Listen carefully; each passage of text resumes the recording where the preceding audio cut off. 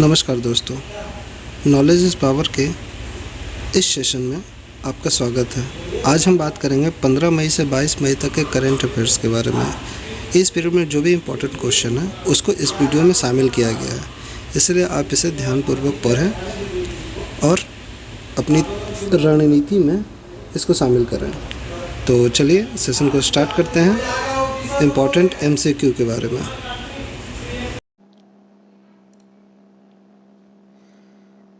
आपका पहला प्रश्न है कि Spanish football league La Liga 2023 का खिताब किसने जीता है।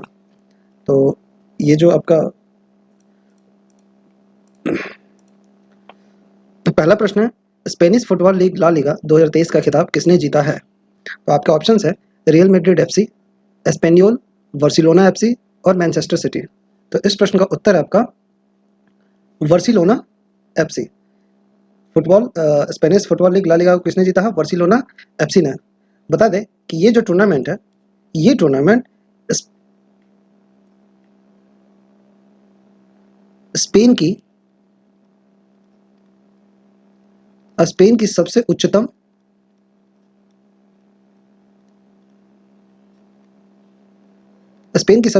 फुटबॉल लीग है, ठीक है। और ये जो टूर्नामेंट हुआ था वो इस टूर्नामेंट का 92वां संस्करण था, ठीक है। बार्सिलोना ने 2019 के बाद पहली बार ला लीगा का खिताब जीता है। इट मीन्स ये जो बार्सिलोना की टीम है 2019 के बाद इस खिताब को जीता है, ठीक है। और इसमें जो उप विजेता रही वो एस्पेनियोल की टीम रही। एस्पेनियोल की टीम उप विजेता रही, ठीक है। तो ला लीगा टूर्नामेंट स्पेन की सबसे उच्चतम फुटबॉल लीग है और इस लीग को जो 2023 में 92वां संस्करण हुआ था उसको जीता है बार्सिलोना FC ने। इस खेल में एस्पेनियोल की टीम उप विजेता रही। ओके, अब बढ़ते हैं अगले प्रश्न की तरफ। अगला प्रश्न है आपका कि मादक पदार्थों की तस्करी को रोकने के लिए ऑपरेशन समुद्रगुप्त को किसने शुरू किया है। तो मादक पदार्थों की तस्करी को रोकने के लिए जो ये ऑपरेशन चालू हुआ है, इस ऑपरेशन को चालू किया है नारकोटिक्स कंट्रोल ब्यूरो और भारतीय नौसेना ने, दोनों ने मिलकर, ठीक है। नारकोटिक्स कंट्रोल ब्यूरो और भारतीय नौसेना ने केरल तट पर एक संयुक्त अभियान में लगभग 2500 किलोग्राम का मेथाम्फेटामाइन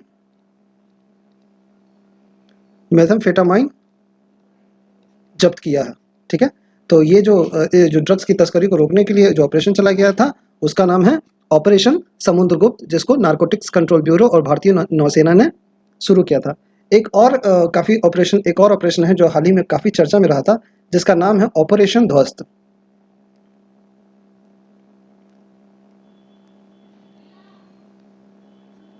ऑपरेशन ध्वस्त, तो जानते हैं ऑपरेशन ध्वस्त के बारे में। ऑपरेशन ध्वस्त जो है संगठित अपराध और आतंकवाद को समाप्त करने के लिए राष्ट्रीय जांच एजेंसी ने लॉन्च किया है। मतलब इस ऑपरेशन को चला कौन रहा था? नेशनल इन्वेस्टिगेशन एजेंसी ने, राष्ट्रीय जांच एजेंसी ने संगठित अपराध और आतंकवाद को रोकने के लिए ऑपरेशन ध्वस्त लॉन्च किया है। इसका उद्देश्य क्या है? तो इसका उद्देश्य राष्ट्रीय सुरक्षा के लिए खतरा उत्पन्न करने वाले आतंकवादी समूहों, गैंगस्टर्स और ड्रग तस्करों से जुड़े गठजोड़ को समाप्त करना है, ठीक है। तो दो ऑपरेशन हो गए, operation Samudragupta narcotic control bureau और भारतीय नौसेना ने शुरू किया है, और एक है ऑपरेशन ध्वस्त जिसको नेशनल इन्वेस्टिगेशन एजेंसी ने लॉन्च किया है, ठीक है। बढ़ते हैं अगले प्रश्न की तरफ। आपका अगला प्रश्न है कि 2025 में दुनिया का पहला वाणिज्यिक अंतरिक्ष स्टेशन हेवन 1 किस एरोस्पेस कंपनी द्वारा लॉन्च किया जाएगा, ठीक है। तो इस प्रश्न का उत्तर है आपका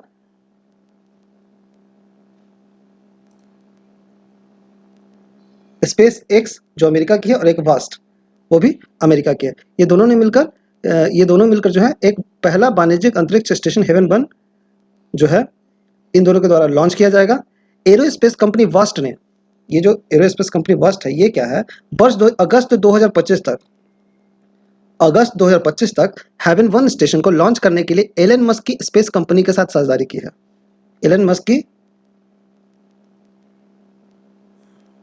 एलन मस्क की स्पेस कंपनी जिसका नाम स्पेस एक्स है उसके साथ साझेदारी की है। यह मिशन स्पेस एक्स के फॉल्कन 9 रॉकेट की मदद से, ये जो मिशन है इसको जो है फॉल्कन 9 रॉकेट की मदद से मिशन को लॉन्च किया जाएगा। 30 दिनों के मिशन के दौरान 4 अंतरिक्ष यात्री हेवन 1 स्टेशन में रहेंगे। 4 अंतरिक्ष यात्री जो हैं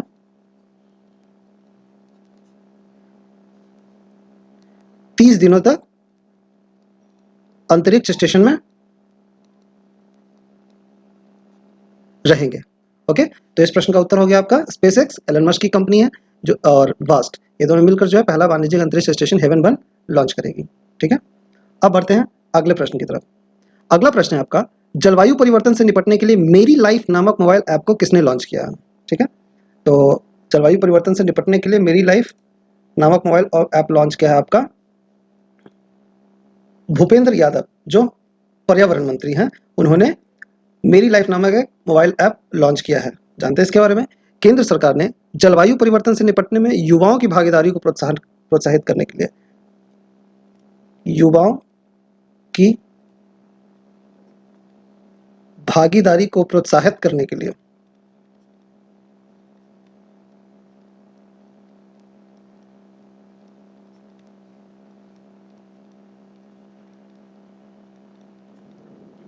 मेरी लाइफ नामक एक मोबाइल एप्लीकेशन लॉन्च किया। मेरी लाइफ नामक एक मोबाइल एप्लीकेशन लॉन्च किया है। यह ऐप COP26 में प्रधानमंत्री नरेंद्र मोदी द्वारा परिकल्पित लाइफ की अवधारणा से प्रेरित है। तो किससे प्रेरित है? कॉपरेशन ऑफ पार्टीज 26 में प्रधानमंत्री नरेंद्र मोदी द्वारा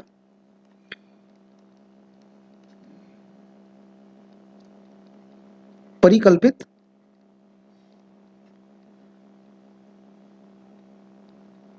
लाइफ की अवधारणा से प्रेरित है।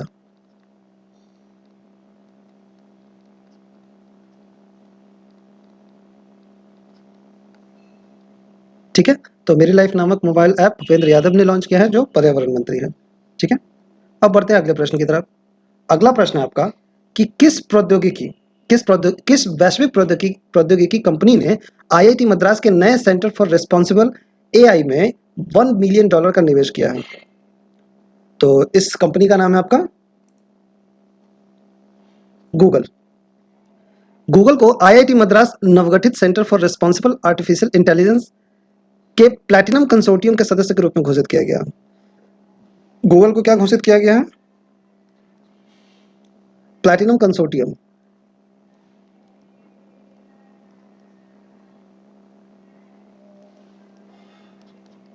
प्लैटिनम कंसोर्टियम के सदस्य के रूप में घोषित किया गया है और इसका उद्देश्य अकादमिक पाठ्यक्रम विकास के माध्यम से आर्टिफिशियल इंटेलिजेंस के उपयोग को बढ़ाना है। तो ठीक है, तो गूगल ने IIT मद्रास के नए centre for responsible artificial intelligence में $1 मिलियन का निवेश किया है।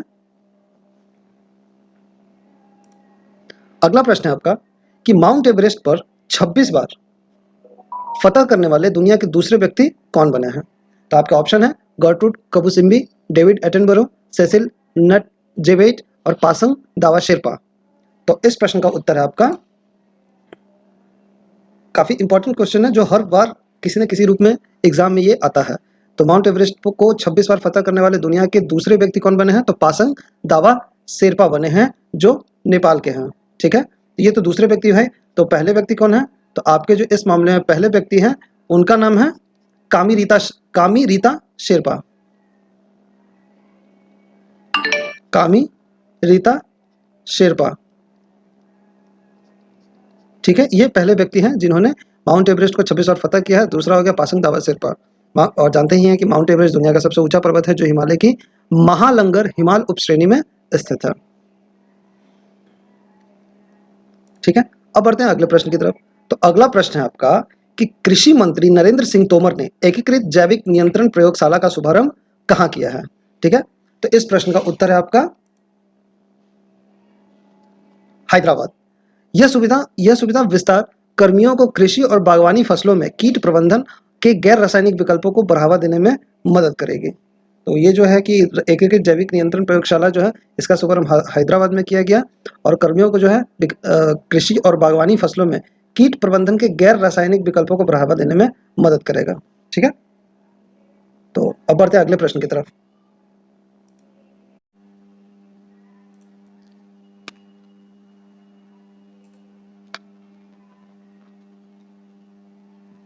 अगला प्रश्न है आपका, भारतीय प्रतिस्पर्धा आयोग CCI की पहली महिला अध्यक्ष कौन बनी है?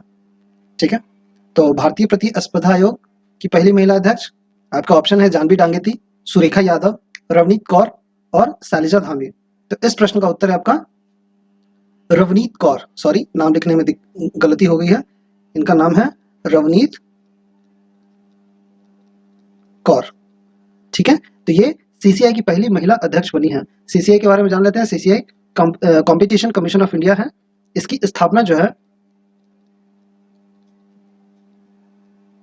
14 अक्टूबर 2003 को हुई थी और इसका जो मुख्यालय है, इसका मुख्यालय नई दिल्ली में है। ठीक है, बढ़ते हैं अगले प्रश्न की तरफ। अगला प्रश्न है आपका कि 18 वर्ष से अधिक आयु वर्ग के लिए किस देश ने इच्छा मृत्यु को कानूनी मान्यता प्रदान की है? तो ये बहुत ही इंपॉर्टेंट क्वेश्चन है। 18 वर्ष के अधिक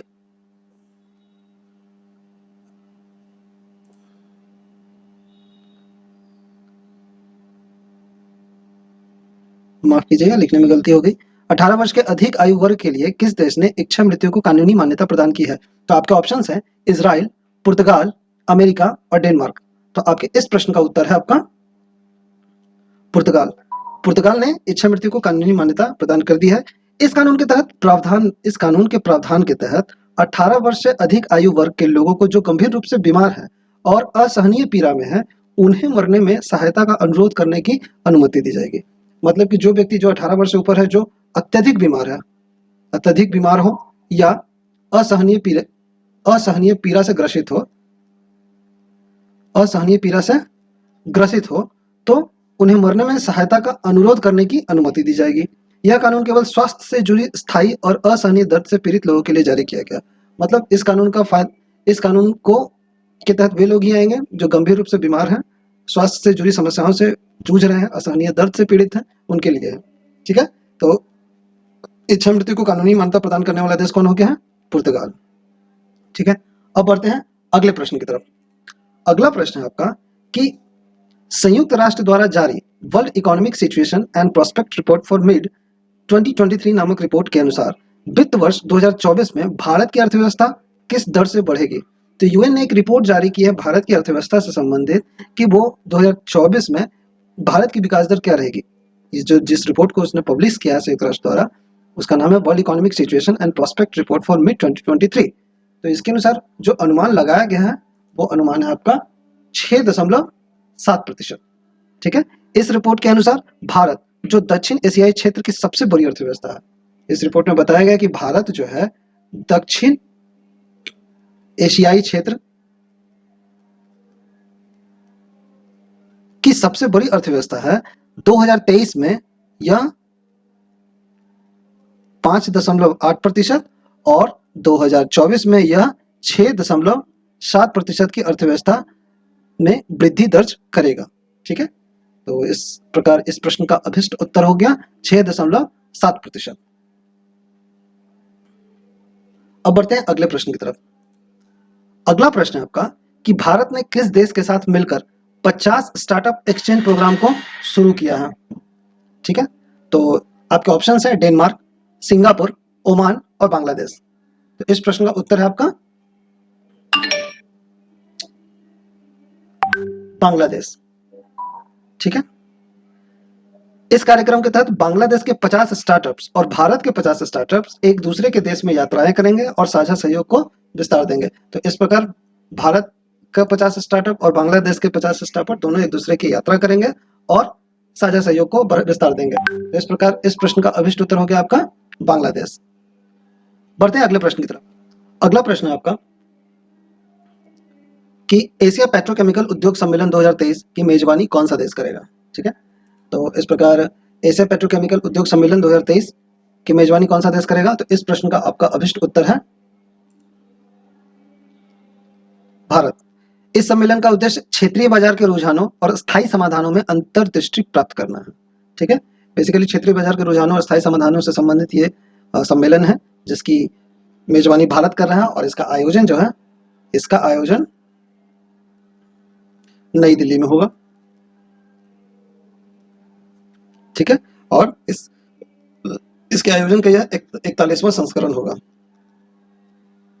ठीक, एशिया पेट्रोकेमिकल उद्योग सम्मेलन की मेजबानी भारत करेगा जिसका आयोजन नई दिल्ली में होगा। अगला प्रश्न। अगला प्रश्न है आपका कि Hindustan petroleum corporation limited HPCL 500 crore रुपए की लागत से एथेनॉल प्लांट को कहां स्थापित करेगा? तो एथेनॉल को लेकर काफी चर्चा रही है पिछले साल से लेकर अभी तक में भारत में। तो एथेनॉल प्लांट कहां स्थापित करेगी एचपीसीएल 500 करोड़ की लागत से? तो इस प्रश्न का अभिष्ट उत्तर है आपका ऊना, हिमाचल प्रदेश।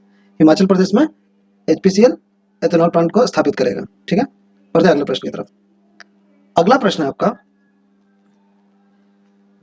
मई 2023 में किस देश में जंगली पक्षियों में अत्यधिक रोगजनक बीमारी एवियन इन्फ्लुएंजा HPAI के मामले की पुष्टि की गई है? ठीक है, तो आजकल तरह तरह की बीमारियां हैं, तो उसमें एक नई बीमारी का पता चला है एवियन इन्फ्लुएंजा HPAI, जो जंगली पक्षियों में मिला है। तो इस मामले को पुष्टि की है कहा? ब्राजील के द्वारा। ब्राजील के द्वारा इस मामले की पुष्टि की गई है। एवियन इन्फ्लुएंजा, जिसे बर्ड फ्लू के रूप में भी जाना जाता है, यह एक अत्यधिक संक्रामक वायरल बीमारी है जो मुख्य रूप से पक्षियों को प्रभावित करती है। ठीक है, तो जंगली पक्षियों में अत्यधिक रोगजनक बीमारी एवियन इन्फ्लुएंजा के मामले की पुष्टि ब्राजील के द्वारा की गई है। ठीक है, बढ़ते अगले प्रश्न की तरफ। अगला प्रश्न है आपका कि श्रीनगर की डल झील में पहली बार एक दुर्लभ प्रकार की मछली की खोज की गई है। इस मछली को अन्य किस नाम से जाना जाता है? ठीक है, तो श्रीनगर के डल झील में पहली बार एक दुर्लभ प्रकार की मछली की खोज की गई। इस मछली को किस नाम से जाना जाता है? इसका नाम है आपका मगरमच्छ गार। ठीक है, यह रे फिन यूरीहेलाइन मछली है। इस मछली को रे फिन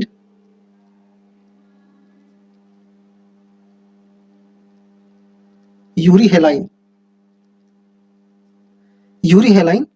मछली कहा जाता है, जो मीठे पानी की सभी मछलियों में सबसे बड़ी है।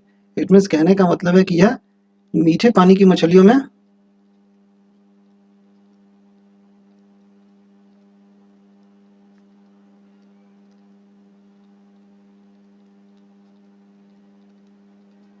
सबसे बड़ी है। और इसका जो वैज्ञानिक नाम है, ये जो मछली है, इसका वैज्ञानिक नाम आपका है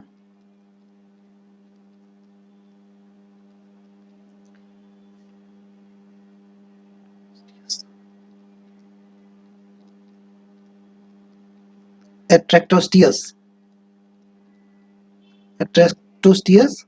स्पैटुला। ये जो मछली मिली है, इसका वैज्ञानिक नाम है एट्रेक्टोस्टियस स्पैटुला। ठीक है, तो इस प्रकार इस प्रश्न का अभिष्ट उत्तर हो गया मगरमच्छ गार। अगला प्रश्न है आपका, कि G7 शिखर सम्मेलन 2023 कहां शुरू हुआ है? ठीक है, तो इस प्रश्न का अभिष्ट उत्तर है आपका G7 2023 शिखर सम्मेलन जो है जापान में शुरू हुआ है। यह जापान के हिरोशिमा शहर में शुरू हुआ है। ये वही शहर है जहां पर द्वितीय विश्व युद्ध के दौरान अमेरिका ने परमाणु बम गिराया था। यह जो सम्मेलन है, इस सम्मेलन का 49वां संस्करण है। ठीक है, G7 शिखर सम्मेलन 2023 का 49वां संस्करण का आयोजन जापान के हिरोशिमा शहर में हुआ है। और इसमें जो है भारत की तरफ से अध्यक्षता कौन कर रहा है? तो भारत की अध्यक्षता अपने माननीय प्रधानमंत्री नरेंद्र मोदी द्वारा किया जा रहा है। ठीक है, इसमें आमंत्रित अतिथि देश में ऑस्ट्रेलिया है, ब्राजील है, कोमोरोस है, कुक द्वीप समूह, भारत, इंडोनेशिया, दक्षिण कोरिया, यूक्रेन और वियतनाम है, जो इस सम्मेलन में अतिथि के तौर पर प्रस्तुत होंगे। बात कर लेते हैं G7 के बारे में। तो G7 जो है, G7 जो पहले G6 के रूप में जाना जाता था, G6 के रूप में जाना जाता था। 1976 में कनाडा शामिल हुआ और इसके बाद यह 1976 में इस ग्रुप में कनाडा शामिल हुआ। उसके बाद यह G7 के नाम से जाना जाने लगा। पहला G7 शिखर सम्मेलन हुआ था। इसका पहला सम्मेलन 1975 में हुआ था। कहां? तो फ्रांस में। ठीक है,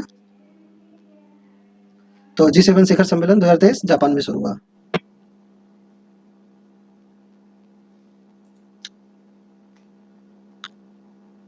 अगला प्रश्न है आपका कि मनरेगा श्रमिकों के लिए कल्याण कोष शुरू करने वाला भारत का पहला राज्य कौन बना? तो भारत का पहला राज्य जो मनरेगा श्रमिकों के लिए कल्याण कोष शुरू किया है, वो है आपका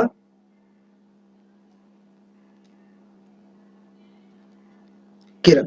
ठीक है, इस कल्याण कोष का गठन केरल रोजगार गारंटी श्रमिक कल्याण कोष अधिनियम इसका जो इस कोष का जो गठन है वो केरल रोजगार गारंटी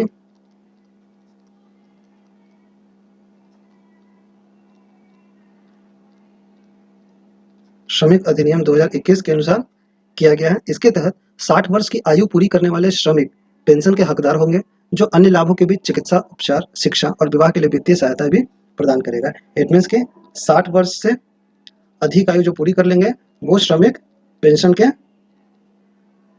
हकदार होंगे।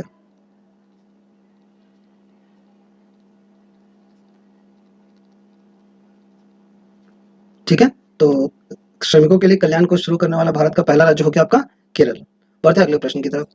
अगला प्रश्न है आपका कि बच्चों के अध्ययन के परिणामों में सुधार के लिए स्मार्ट स्कूल स्मार्ट ब्लॉक कार्यक्रम को किस राज्य ने शुरू किया है? ठीक है, तो इस प्रश्न का आपका अभिष्ट उत्तर हो जाता है उत्तराखंड। बच्चों के अध्ययन के परिणामों में सुधार के लिए स्मार्ट स्कूल स्मार्ट ब्लॉक कार्यक्रम को उत्तराखंड राज्य सरकार ने शुरू किया है और इस कार्यक्रम का उद्देश्य उत्तराखंड राज्य में चंपावत जिले के चंपावत ब्लॉक में 137 स्कूलों के 274 शिक्षकों को प्रशिक्षण देकर 5484 बच्चों के अध्ययन के परिणामों में सुधार लाना है। तो इस प्रकार का जो कार्यक्रम है वो उत्तराखंड सरकार द्वारा शुरू किया गया है। ठीक है, अगला प्रश्न है आपका कि वार्षिक आसियान पर्यटन मंच 2024 की मेजबानी कौन सा देश करेगा? ठीक है, तो इस प्रश्न का आपका अभिष्ट उत्तर हो जाता है कि वार्षिक आसियान पर्यटन मंच 2024 की मेजबानी आपका करेगा लाओस। ठीक है, लाओस करेगा और ये जो इसका आसियान पर्यटन मंच 2024 का जो थीम होगा वो होगा quality and responsible tourism sustaining Asian future. ठीक है, इस प्रकार वार्षिक आसियान पर्यटन मंच 2024 की मेजबानी लाओस करेगा। अब बढ़ते हैं अगले प्रश्न की तरफ। अगला प्रश्न है आपका कि supreme court on commercial arbitration नामक पुस्तक के लेखक कौन है? तो ये बहुत ही फेमस पुस्तक है और इस पुस्तक के लेखक जो है आपका डॉक्टर मनोज कुमार ने हाल ही में supreme court on commercial arbitration नामक पुस्तक लिखी है। ओके, बढ़ते हैं अगले प्रश्न की तरफ।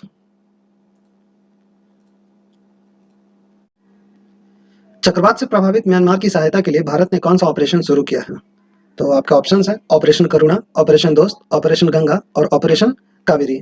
ठीक है, तो बात कर लेते हैं कि म्यांमार की सहायता के लिए भारत ने जो ऑपरेशन शुरू किया है उस ऑपरेशन का नाम है ऑपरेशन करुणा। इस म्यांमार में जो हाल ही में जो मोचा तूफान आया था, मोचा तूफान से तबाह हुए म्यांमार की सहायता के लिए भारत ने ऑपरेशन करुणा शुरू किया है। राहत सामग्री लेकर भारतीय नौसेना के 3 जहाज, भारतीय नौसेना के 3 जहाज कौन कौन? तो INS शिवालिक, INS कामोटा और INS सावित्री। ये तीनों जहाज जो है राहत सामग्री लेकर म्यांमार के यंगून पहुंचे हैं। ठीक है, और बात कर लेते हैं ये जो मोचा तूफान है, तो मोचा तूफान को नाम किसने दिया है? तो मोचा तूफान को नाम दिया है यमन देश ने। ये जो तूफान है जिसका नाम मोचा है, इसको यमन देश ने नामित किया है। ओके, म्यांमार दक्षिण पूर्व एशिया में स्थित देश है। इसकी राजधानी नायपीड़ा है और मुद्रा म्यांमार क्यात है। ओके, तो इस प्रश्न का अभिष्ट उत्तर हो गया आपका ऑपरेशन करुणा। बढ़ते हैं अगले प्रश्न की तरफ। अगला प्रश्न है आपका कि भारतीय सेना की गजराज कोर ने जल राहत नामक संयुक्त बाढ़ राहत अभ्यास कहाँ आयोजित किया है? ठीक है, तो गजराज कोर ने भारतीय नौसेना की गजराज कोर ने जल राहत नामक संयुक्त बाढ़ राहत अभ्यास जो है इसका आयोजन किया है असम में। असम में आयोजित किया भारतीय सेना के गजराज कोर ने असम के मानस नदी पर एक हाग्रामा पुल है, हाग्रामा पुल पर जल राहत नामक संयुक्त बाढ़ राहत अभ्यास आयोजित किया है। जल राहत अभ्यास का उद्देश्य बाढ़ राहत कार्यों में शामिल विभिन्न एजेंसियों के बीच सहयोग और समन्वय को मजबूत करना है। ठीक है, बढ़ते हैं अगले प्रश्न की तरफ। अगला प्रश्न आपका prime global cities index 2023 Q1 में कौन सा शहर पहले स्थान पे है? तो हम इसकी बात कर लेते हैं। तो prime global cities index 2023 Q1 में कौन सा शहर पहले स्थान पर है? तो उसका नाम है आपका दुबई। ठीक है, इस इंडेक्स के अनुसार दुबई ने प्रमुख आवासीय संपत्तियों के मूल्यों में 44.2% की वृद्धि के मामले में विश्व स्तर पर शीर्ष स्थान हासिल किया है। भारतीय शहर मुंबई वैश्विक स्तर पर आवास मूल्य वृद्धि में छठे स्थान पर है, जिसमें 5.5% की वृद्धि हुई है। तो ये जो ग्लोबल सिटीज इंडेक्स है, इसमें जो संपत्तियों के मूल्य में जो वृद्धि हुई है, इस मामले में हमारा जो मुंबई, भारत का मुंबई शहर है, पूरी दुनिया में 5वें स्थान पर रखता है। पहले स्थान पर दुबई है, यहाँ पे ये 5.5% की वृद्धि दर्ज किया संपत्ति के मूल्य में, जबकि दुबई शहर 44.2% की वृद्धि दर्ज किया है। ठीक है, प्राइम ग्लोबल सिटीज इंडेक्स एक मूल्यांकन आधारित सूचकांक है जो दुनिया भर के 46 शहरों में प्रमुख आवासीय कीमतों के उतार चढ़ाव को ट्रैक करता है। ठीक है, तो ये जो इंडेक्स है दुनिया के 46 शहरों के में प्रमुख आवासीय संपत्ति के मूल्य को उतार चढ़ाव को ट्रैक करता है। आवासीय मूल्यों को ट्रैक करता है। ठीक है, और ये जो रिपोर्ट है, इस रिपोर्ट को जारी करता कौन है? इस रिपोर्ट को जारी करता है, इसका नाम है नाइट फ्रैंक। नाइट फ्रैंक द्वारा यह रिपोर्ट जारी की जाती है। ठीक है, तो इसका उत्तर हो गया आपका दुबई। बढ़ते हैं अगले प्रश्न की तरफ। अगला प्रश्न है आपका कि 2023 में फ्रांस के सर्वोच्च नागरिक पुरस्कार सेवेलियर डी ला लीजन डी ऑनर से किस भारतीय को सम्मानित किया गया? ठीक है, तो इस प्रश्न का उत्तर हो गया आपका एन चंद्रशेखरन। ठीक है, एन चंद्रशेखरन को फ्रांस के सर्वोच्च नागरिक सम्मान से सम्मानित किया गया है। जो टाटा समूह के अध्यक्ष एन चंद्रशेखरन को भारत और फ्रांस के बीच व्यापार संबंधों को मजबूत करने में उनके योगदान के लिए फ्रांस का सर्वोच्च नागरिक पुरस्कार सेवेलियर डी ला लीजन डी ऑनर दिया गया है। ठीक है, अगला प्रश्न है आपका कि भारत में जूनोटिक रोगों को नियंत्रित करने के लिए किस संस्था ने $82 मिलियन का ऋण प्रदान करने की मंजूरी दी है? ठीक है, तो जूनोटिक रोगों को नियंत्रित करने के लिए वर्ल्ड बैंक ने $82 मिलियन का ऋण प्रदान करने की मंजूरी दी है। यह ऋण भारत के पशुधन स्वास्थ्य और रोग नियंत्रण कार्यक्रम का समर्थन करेगा। तो ये जो ऋण है, ये जो ऋण प्रदान किया गया है, वो भारत के पशुधन स्वास्थ्य और रोग नियंत्रण कार्यक्रम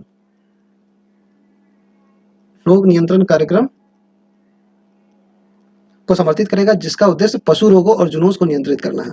इस कार्यक्रम को लागू करके पशुधन और वन्यजीव क्षेत्रों में बेहतर रोग निगरानी और पशु चिकित्सा सेवाओं के माध्यम से पशु रोग के प्रकोप के जोखिमों को कम किया जा सकता है।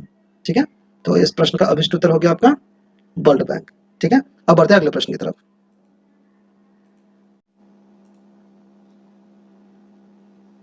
अगला प्रश्न है आपका कि टेनिस टूर्नामेंट इटालियन ओपन 2023 में पुरुष एकल का खिताब किसने जीता है? ठीक है, तो इटालियन ओपन में पुरुष का खिताब किसने जीता है? तो इस प्रश्न का उत्तर आपका डेनियल मेदवेदेव, जो रूस के खिलाड़ी हैं, उन्होंने इटालियन ओपन 2023 में पुरुष एकल का खिताब जीता है। तो बात कर लेते हैं कि इटालियन ओपन में महिला एकल का खिताब किसने जीता है? तो महिला एकल का खिताब जीता है आपका एलेना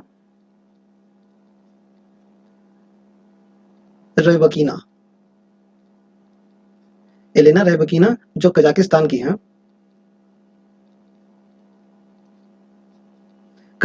हैं। उन्होंने महिला एकल का खिताब जीता है। ठीक है, बात कर लेते हैं पुरुष युगल के बारे में। तो पुरुष युगल में ह्यूगो न्यास जो फ्रांस के हैं, और जान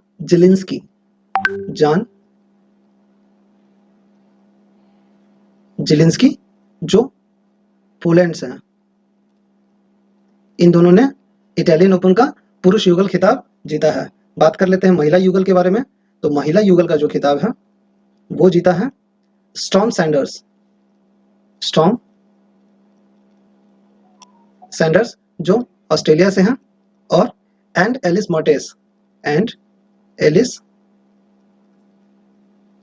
मर्टेस ये जो है बेल्जियम से हैं। इन दोनों महिलाओं ने इटालियन ओपन महिला युगल का खिताब जीता है। तो इस प्रकार जो आपका प्रश्न है कि इटालियन ओपन में पुरुष एकल का खिताब किसने जीता है, तो वो डेनियल मेदवेदेव रूस से होगा। और आपका महिला एकल है, तो महिला एकल में एलेना रैबकिना है जो कजाकिस्तान से है, उन्होंने महिला एकल का खिताब जीता। ठीक है, बढ़ते अगले प्रश्न की तरफ। अगला प्रश्न है आपका कि मई 2023 में भारत की सबसे बड़ी स्काई वॉक पुल का उद्घाटन किस राज्य में किया गया है। ठीक है, तो इस प्रश्न का आपका अभिष्ट उत्तर है, इस प्रश्न का आपका अभिष्ट उत्तर हो गया तमिलनाडु। ठीक है, तमिलनाडु में भारत का सबसे बड़ा स्काई वॉक पुल का उद्घाटन किया गया है और इस पुल की जो लंबाई है, इस पुल की लंबाई जो है आपकी 570 मीटर है। ठीक है, और इसकी चौड़ाई जो है 4.2 मीटर है। ठीक है, तो इस प्रश्न का अभिष्ट उत्तर हो गया स्काई वॉक पुल जो भारत का सबसे बड़ा है, उसका उद्घाटन तमिलनाडु में किया गया। ओके, बढ़ते अगले प्रश्न की तरफ। अगला प्रश्न है आपका कि महिलाओं के कार्यस्थल को सुरक्षित बनाने के लिए साहस पहल किस राज्य ने शुरू की है। तो महिलाओं के कार्यस्थल को सुरक्षित बनाने के लिए साहस पहल किस राज्य ने शुरू की है, तो इस प्रश्न का अभिष्ट उत्तर है आपका तेलंगाना। तेलंगाना ने साहस पहल नामक एक योजना शुरू की है जो महिलाओं को कार्यस्थल पर सुरक्षित बनाने में मदद करेगा। ठीक है, इस कार्यक्रम का लक्ष्य कार्यस्थल पर महिलाओं को यौन उत्पीड़न से संरक्षण प्रदान करने वाली व्यवस्था को मजबूत करना है। ठीक है, तो ये काफी इंपॉर्टेंट क्वेश्चन है, एग्जाम में इस तरह के क्वेश्चन पूछे जाते हैं। तो ये मई के 3rd वीक का के लिए काफी इंपॉर्टेंट क्वेश्चन है। फिर मई के 4th वीक के लिए करंट अफेयर्स के क्वेश्चन हम बहुत जल्द ही लेके आएंगे। ये क्वेश्चन काफी शॉर्ट लिस्टेड है और काफी एग्जामिनेशन पॉइंट ऑफ व्यू से काफी ज्यादा इंपॉर्टेंट है। इस प्रकार के प्रश्न एग्जाम में पूछे जाते हैं, आप इन्हें पढ़ें और रिवीजन करें। और इस वीडियो में किसी प्रकार के अगर सुधार की आवश्यकता है तो हमें जरूर बताएं, कमेंट बॉक्स में जरूर लिखें। ओके, धन्यवाद।